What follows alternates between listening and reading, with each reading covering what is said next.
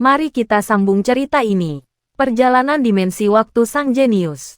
Bab 746. Raja Araria tampak sangat kesal, tetapi dia tidak bisa mengatakan apa-apa. Nyatanya, saat ini dia memang tidak memiliki kekuatan yang cukup untuk bersaing dengan Raja Byakta dalam hal menguasai ibu kota. Meskipun hatinya penuh dengan ketidakpuasan, Raja Araria juga tak memiliki pilihan lain. Itu sebabnya, dia berkata, "Baiklah, ibu kota akan menjadi milikmu." Usai mengatakan itu, dia mendengus dingin, lalu melanjutkan, "Sekarang, kita sudah bisa membahas tentang rencana pemberontakan, kan?" Akan tetapi, Raja Kresna malah menggeleng seraya menegaskan, "Aku nggak akan terlibat dalam pemberontakan ini. Pada hari kalian beraksi, aku akan tinggal di kediaman dan nggak akan keluar." Begitu mendengar perkataannya, Raja Byakta dan Raja Araria hanya tersenyum. Jelas, mereka sudah menduga bahwa sikap Raja Kresna akan seperti ini. Bagaimanapun, Raja Kresna tidak pernah terlibat dalam urusan politik semacam itu. Akan tetapi, mereka tidak terlalu peduli dengan keputusannya. Malam di mana mereka beraksi, ditakdirkan tak akan menjadi malam yang tenang. Raja Araria tampak tersenyum. Setelah kembali ke kediamannya, sorot matanya menunjukkan sedikit kepuasan. Tentunya, Wira juga telah mendengar kabar tentang hal ini. Untuk mengakhiri konflik tersebut, sebenarnya caranya cukup sederhana, yaitu menghasut salah satu di antara mereka untuk menyingkirkan yang lainnya. Namun, Wira perlu memikirkan siapa yang akan diajak bekerja sama olehnya. Apakah Raja Araria atau Raja Byakta? Kekuatan Raja Araria telah melemah sekarang, sedangkan Raja Byakta adalah yang paling kuat di antara mereka. Itu sebabnya, memilih salah satu di antara mereka cukup menantang bagi Wira. Apabila menghasut Raja Byakta, peluang untuk mengakhiri konflik akan sangat tinggi. Namun, Raja Byakta adalah yang terkuat dan sulit untuk meyakinkannya. Masalah lain adalah dia juga bertanggung jawab atas urusan keuangan. Sampai saat ini, tidak diketahui dengan pasti ada berapa banyak orang yang bekerja untuknya. Wira memahami prinsip bahwa membuat pilihan yang bijak sangat penting karena satu tindakan bisa memicu reaksi berantai. Dia tidak ingin menyerang ibu kota sebelum terpaksa oleh situasi. Setelah merenungkannya cukup lama, Wira akhirnya memutuskan untuk menghasut Raja Araria. Dengan cara ini, dia mampu meminimalkan kerusakan pada seluruh kerajaan Agrel. Hanya saja, dia benar-benar harus menemukan kesempatan yang tepat untuk berunding dengan Raja Araria. Wira perlu membuatnya paham bahwa dia tidak memiliki pilihan lain dan hanya itulah satu-satunya cara untuk bertahan hidup. Namun, bagaimana Wira dapat menciptakan kesempatan seperti itu? Kini, dia pun tenggelam dalam pikirannya. Jika dipikir-pikir, Senia benar-benar telah menimbulkan masalah besar untuk dirinya. Akan tetapi, Wira mau tidak mau harus menangani masalah ini. Saat ini, dia membutuhkan kesempatan yang sangat bagus untuk beraksi. Hanya dengan cara tersebut, Wira baru bisa benar-benar menaklukkan Raja Araria. Ketika Wira sedang memikirkannya dan tidak tahu apa yang harus dilakukan, Danu tiba-tiba mengetuk pintu ruang kerja. "Kak Wira, ada seseorang yang meninggalkan surat," ucap Danu sambil menyerahkan surat itu kepada Wira. Wira lumayan terkejut. Pada saat ini, orang yang mengirimkan surat untuknya pasti bukan berasal dari faksi Senia. Apakah itu dikirim oleh Raja Araria ataukah Raja Byakta? Wira cukup penasaran sehingga langsung membuka surat itu. Kemudian, begitu membaca surat tersebut, dia sontak tercengang. Dia telah membuat dugaan sebelumnya, tetapi tidak pernah menyangka bahwa pengirimnya adalah orang itu. Namun, segera setelah itu, Wira tersenyum dan tertawa terbahak-bahak dengan sangat puas. Dia belum pernah begitu senang sebelumnya. "Kak Wira, apa isi suratnya? Kenapa kamu begitu senang?" tanya Danu yang heran. Dia sangat penasaran karena melihat reaksi Wira seperti itu.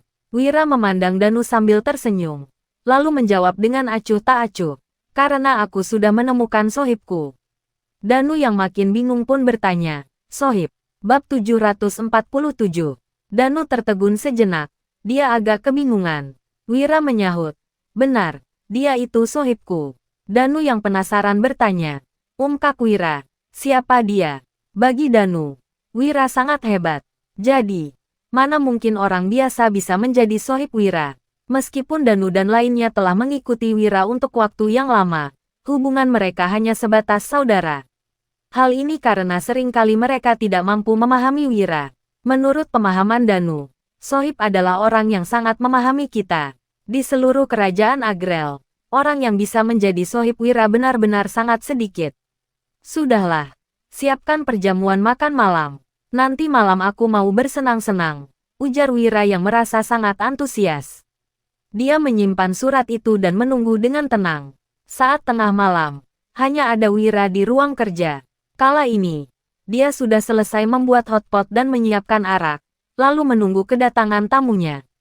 Tak lama kemudian, pintu ruang kerja diketuk. Wira pun tersenyum dan berkata, pintunya nggak ditutup. Masuk saja. Setelah itu, pintu terbuka. Lalu seseorang yang memakai jubah hitam berjalan masuk. Wira sangat senang melihat orang ini. Dia berucap, sejujurnya, aku kaget sekali. Aku nggak menyangka kamu masih hidup. Aku terlalu meremehkanmu. Biantara. Sesudah Wira selesai bicara, orang itu melepaskan jubah hitamnya. Dia memang Biantara. Perasaan Biantara sangat rumit saat melihat Wira. Sesungguhnya, Biantara tidak menyangka dirinya bisa kalah dengan Wira. Sejak Wira datang ke ibu kota kerajaan Agrel, Biantara terus mengamati gerak-gerik Wira dan menunggu Wira melancarkan triknya. Sebenarnya, Biantara sudah menduganya.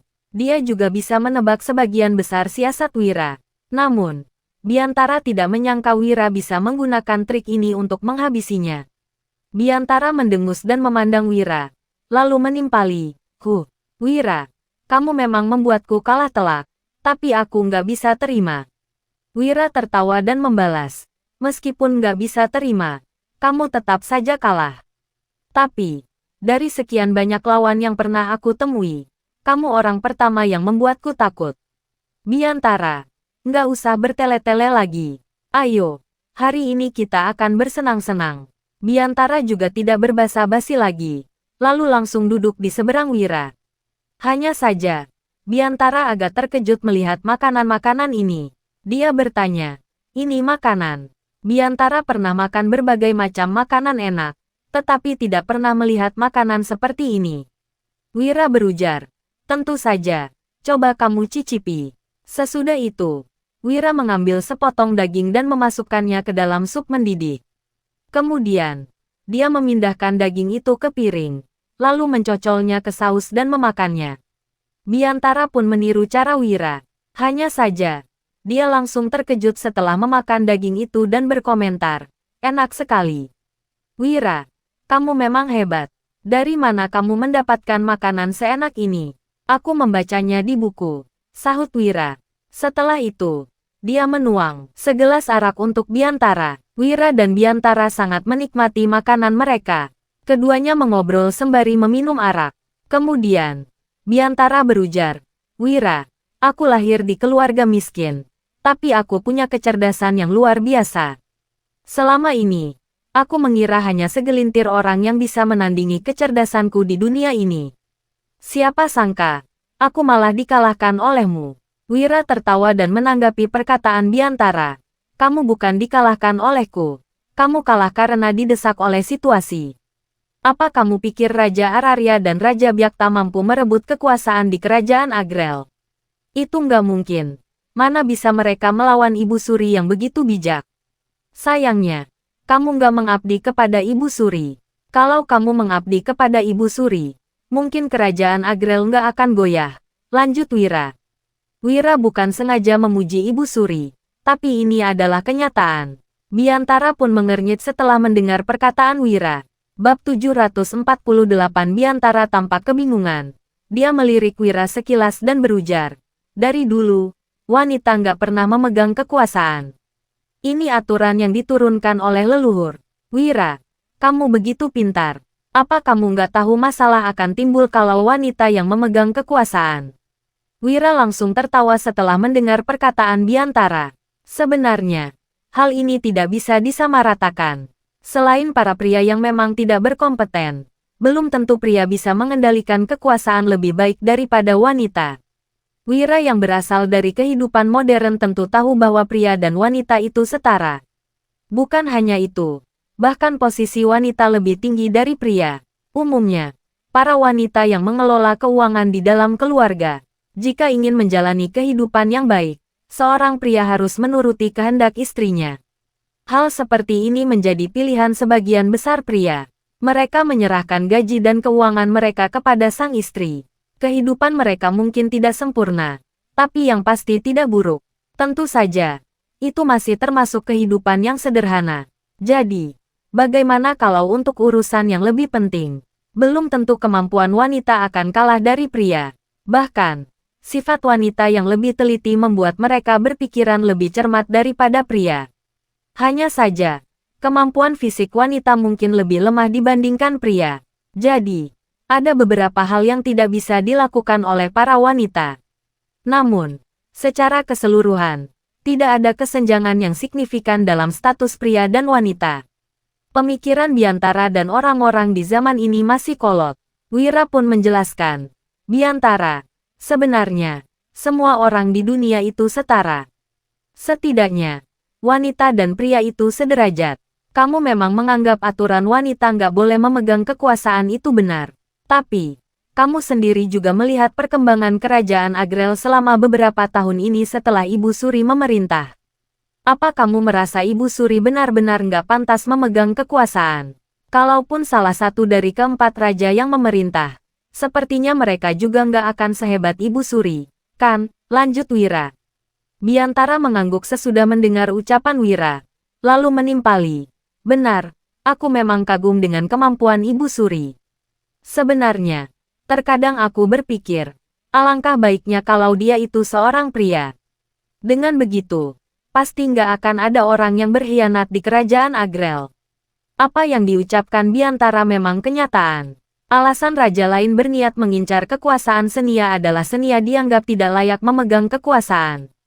Apalagi, Senia hanya seorang wanita. Wira menyahut, menurutku, kamu harus mengubah pemikiranmu. Banyak hal yang bisa dilakukan wanita dan aku rasa mereka juga nggak kalah dari pria. Bahkan, terkadang wanita lebih hebat daripada pria dalam melakukan beberapa hal. Kalau bukan karena Ibu Suri yang memegang kekuasaan di kerajaan Agrel, sejak awal kalian pasti sudah kalah dari kerajaan Nuala. Perkataan Wira memang benar, meskipun Dirga telah meninggal. Fondasi kerajaan Nuala sangat kuat. Hal ini yang menyebabkan kerajaan Nuala tidak mudah runtuh. Belakangan ini, perkembangan kerajaan Agrel memang cukup bagus. Namun, wilayah mereka kecil dan penduduk mereka sedikit. Kerajaan Agrel tidak semakmur kerajaan Nuala. Itulah sebabnya, kerajaan Agrel terus menyerang kerajaan Nuala. Biantara juga tidak berdebat dengan Wira. Menurutnya, mungkin pendapat Wira memang benar. Sesungguhnya, Raja Byakta ataupun Raja Araria bukan orang yang bisa memimpin negara.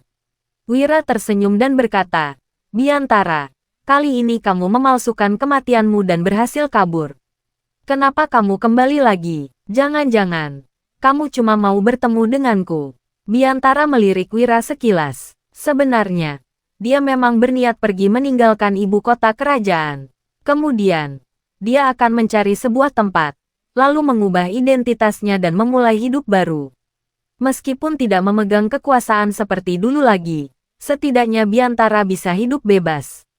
Akhirnya, Biantara memutuskan untuk tidak pergi setelah mempertimbangkannya.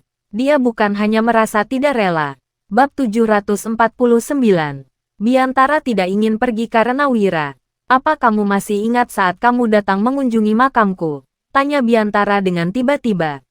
Wira tertegun, lalu menimpali. Hah, bagaimana kamu tahu? Jangan-jangan kamu juga ada di sana. Wira tidak menyangka dia bisa bertemu dengan Biantara secara kebetulan. Biantara mengangguk sambil tersenyum. Lalu berucap, benar, aku ada di sana. Aku juga sudah mendengar semua yang kamu ucapkan.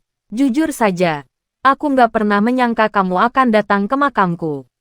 Orang lain pasti senang karena sudah menyingkirkan lawannya. Tapi aku malah melihat kamu merasa kehilangan.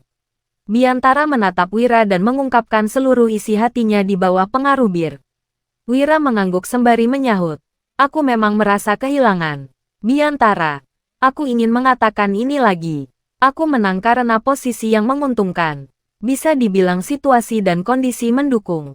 Dengan bantuan Gyandra dan Raja Kresna, kami baru bisa mengalahkanmu dan Raja Ararya. Meskipun aku menang, aku nggak merasa menang dengan baik.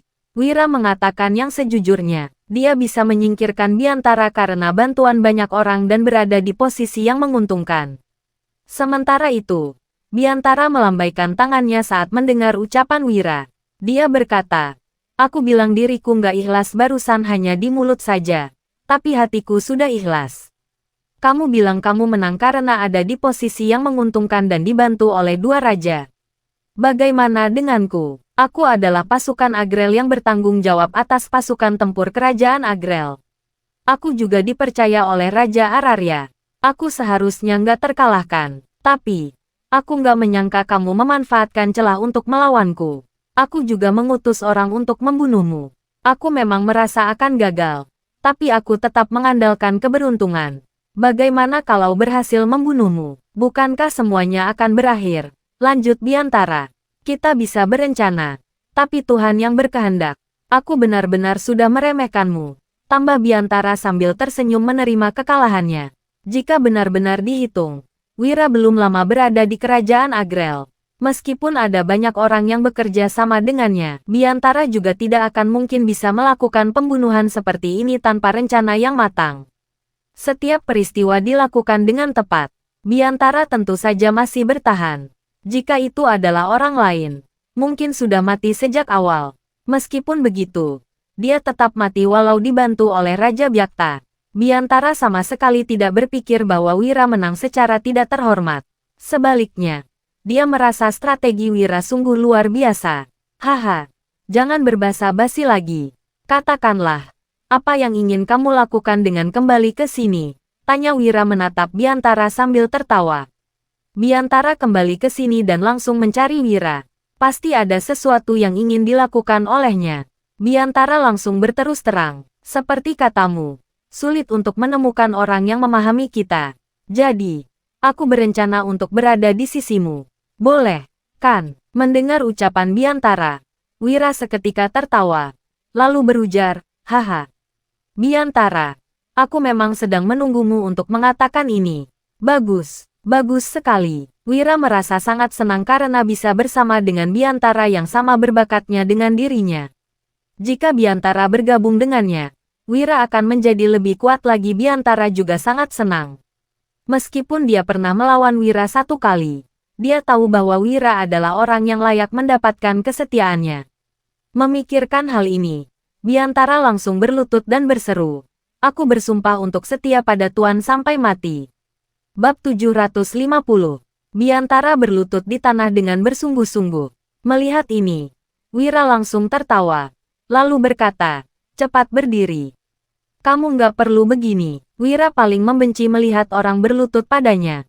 Dia berpikir bahwa semua manusia itu setara. Tidak ada perbedaan antara orang yang berkedudukan tinggi dan rendah. Oleh sebab itu, orang lain tidak perlu berlutut padanya. Terlebih lagi, ada beberapa hal yang hanya perlu diketahui saja. Cukup dengan memahami tanpa harus mengatakannya. Setelah itu, Wira membantu Biantara berdiri dengan senang dan berucap, ingat, aku bukan tuanmu. Aku adalah temanmu dan rekan seperjuanganmu. Nggak ada seorang pun di dunia ini yang menjadi tuanmu. Mulai sekarang, kamu cukup panggil aku Wira saja. Mengerti? Ucapan Wira membuat Biantara makin takjub. Itu nggak cukup sopan. Aku akan memanggilmu Tuan Wahyudi saja. Timpal Biantara sembari tersenyum. Wira sama sekali tidak keberatan. Dia pun mengangguk seraya berkata, Biantara, sekarang sudah nggak ada yang harus dirahasiakan lagi di antara kita. Ada beberapa hal yang ingin aku katakan. Mungkin kamu juga sudah tahu. Hal ini mengenai pemberontakan Raja Ararya dan Raja Byakta. Menurutmu, apa yang harus kita lakukan? Wira mulai membahas hal penting. Biantara yang paling mengenal Raja Ararya sehingga dia pasti tahu seperti apa temperamen Raja Ararya. Oleh sebab itu, Wira merasa bertanya pada Biantara adalah cara terbaik. Mendengar pertanyaan Wira, Biantara langsung menjawab tanpa ragu. Kalau tebakanku nggak salah, Gyandra dan Raja Kresna berada di kelompok kekuatan Ibu Suri, kan? Wira mengangguk sembari menimpali. Benar. Mereka berdua selalu setia kepada Ibu Suri. Biantara menarik napas dalam-dalam. Lalu berucap, ternyata benar. Kalau seperti itu, perkembangan rencanamu juga nggak akan lancar. Saranku adalah menghasut Raja Araria untuk bekerja sama melawan Raja Byakta. Perkataan ini sama seperti yang sedang dipikirkan oleh Wira. Aku juga berpikir begitu. Hanya saja, masalah ini kekurangan satu hal, yaitu membuat Raja Araria menyerah. Wira tahu apa yang harus dirinya lakukan. Tetapi membuat Raja Araria menyerah adalah hal yang sangat sulit. Dia bisa saja mengancam secara paksa dan menggunakan kekerasan untuk membuat Raja Araria sadar dengan situasi sekarang. Namun, cara tersebut terlalu berbahaya. Oleh sebab itu, Wira ingin berusaha meyakinkannya. Dengan begitu, tidak akan terjadi masalah lanjutan. Mendengar perkataan Wira, Biantara sontak mengernyit. Akan tetapi, dia juga mengerti apa yang dimaksud oleh Wira. Setelah berpikir untuk sejenak, Biantara berujar, ada satu orang yang lebih cocok untuk melakukan ini. Wira seketika bertanya dengan antusias, siapa? Biantara tersenyum sambil menjawab, Gilang. Wira sontak tercengang saat mendengar nama ini. Dia sangat asing dengan orang ini. Akan tetapi, dia tahu jika Biantara sudah menyebutkan nama Gilang, berarti orang tersebut pasti akan bermanfaat. Aku ingin mengetahui apapun tentang Gilang lebih detail, seru Wira. Biantara pun menjelaskan dengan rinci. Sebenarnya sangat sederhana. Raja Araria sangat mementingkan dan menyayangi putranya. Sementara itu, Gilang juga sangat cerdas. Dia adalah orang berbakat yang bisa memikul tanggung jawab besar. Jadi, kalau kita bisa membuat Raja Araria berpikir bahwa Raja Byakta yang menyerangnya, mereka berdua mungkin akan bermusuhan. Tiba waktunya, 3 raja akan mengalahkannya. Raja Byakta pasti akan mati. Lanjut Biantara. Rencana Biantara persis seperti yang sedang dipikirkan Wira. Hanya saja, Biantara melibatkan Gilang. Namun, Wira benar-benar tidak tahu bagaimana menyusun rencana ini karena dia tidak begitu mengenal Raja Byakta. Biantara, karena kamu sudah melibatkan Gilang dalam rencana ini, kamu pasti ada cara, kan? Tanya Wira. Mendengar ini, Biantara tertawa sejenak, lalu mengangguk sambil menjawab, aku baru saja memikirkan hal ini. Bab 751. Wira berkata sambil terkekeh-kekeh. Begitu datang, kamu sudah memberiku hadiah pertemuan. Ini benar-benar mengejutkan. Coba katakan, apa rencanamu? Biantara memikirkannya sejenak sebelum berkata, Wira, apa kamu tahu siapa orang dengan keterampilan bela diri terhebat di kerajaan Agrel? Nggak tahu, sahut Wira sambil menggeleng. Biantara berujar perlahan. Di istana kerajaan Agrel, ada orang misterius yang sangat kuat. Bisa dibilang, dia itu orang dengan kekuatan tempur terhebat di kerajaan ini. Tentu saja, yang ingin aku bahas bukan dia, tapi orang lain. Selain orang itu, ada seseorang bernama Gideon yang merupakan pengikut Raja Byakta. Kudengar pria ini direkrut dari luar oleh Raja Byakta dan identitasnya masih menjadi misteri. Nggak ada yang tahu dari mana asalnya, tapi teknik pedangnya adalah yang terbaik kedua di kerajaan Agrel. Yang ketiga itu Dwi Pangga, pengikut Raja Araria. Tempo hari, orang-orang yang kalian kirim bisa ditanganinya sendirian. 7 orang itu berhasil dibunuhnya dalam sekejap. Ada 1 orang lagi, yaitu Hilman, pengawal Raja Kresna. Kekuatan tempur orang ini nggak jauh berbeda dengan Dwi Pangga. Gyandra nggak memiliki pengikut sekuat orang-orang itu karena kekuatan tempur Raja Tanui sudah sebanding dengan ketiga orang tadi. Raja Tanui memang sudah kamu bunuh, tapi kekuatan Gyandra juga akan mencapai tingkatan itu dalam beberapa tahun. Ucapan Biantara membuat Wira sedikit bingung. Dia tidak mengerti mengapa pria itu menjelaskan hal-hal ini padanya. Yang harus kita lakukan adalah membuat seolah-olah Gideon hendak menyerang Gilang. Memang agak sulit, tapi tetap bisa dilakukan, ucap Biantara. Mendengar ini, Wira baru mengerti. Dia sontak tergelak dan berkata, rupanya begitu. Gimana kamu akan mengaturnya? Biantara merendahkan suaranya dan membisikkan strateginya. Setelah membahasnya cukup lama, Wira tertawa dan mengangguk. Hebat, hebat. Biantara, rencanamu bagus, puji Wira dengan riang. Usai membicarakan permasalahan utama, keduanya pun minum dan mengobrol santai dengan gembira. Esoknya, Biantara pergi pagi-pagi sekali. Wira tidak khawatir dengan apa yang akan dia lakukan. Biantara adalah orang yang berpendirian kuat dan sangat setia. Setelah pria itu memilih untuk mengabdi padanya, dia tentu tidak akan mengingkari janji. Kak Wira, siapa orang kemarin malam itu? Tanya Danu yang bergegas menghampiri Wira bersama Mandra. Dia Biantara, jawab Wira dengan jujur. Mendengar nama itu, Danu dan Mandra sontak terkejut. Hah, bukannya Biantara sudah mati? Tanya Mandra. Melihat ekspresi kaget mereka, Wira terkekeh-kekeh. Orang ini bisa lolos dari kematian berkat kemampuannya yang luar biasa. Kemungkinan dia sudah menyiapkan rencana untuk melarikan diri sejak awal. Jangan khawatir. Dia sudah bersumpah untuk mengabdi padaku, ujar Wira sambil tersenyum. Biantara mengabdi pada Kak Wira. Orang ini kuat sekali loh, kata Danu dengan gembira. Danu dan Mandra tahu bahwa Wira akan melakukan hal-hal besar di masa depan. Jadi, mereka senang mendengar orang secakap Biantara bergabung dengan mereka. Kita sangat sibuk 2 hari terakhir. Ayo santai dulu, kita belum jalan-jalan di ibu kota kerajaan Agrel ini, ujar Wira sambil tersenyum. Sejak datang ke sini, dia terus sibuk dengan berbagai rencananya. Saat ada waktu luang sekarang, dia tentu saja harus keluar melihat-lihat. Wira memimpin Danu dan Mandra keluar dari penginapan, berniat untuk berkeliling di sekitar ibu kota kerajaan Agrel. Meski merasa bingung, Danu dan Mandra tetap mengikutinya dari belakang. Bersambung, bertemu di bab seterusnya. Mari dengarkan pantun 2 kerat ini. Baju berbulu, sabun mandian. Sekian dulu, sambung kemudian.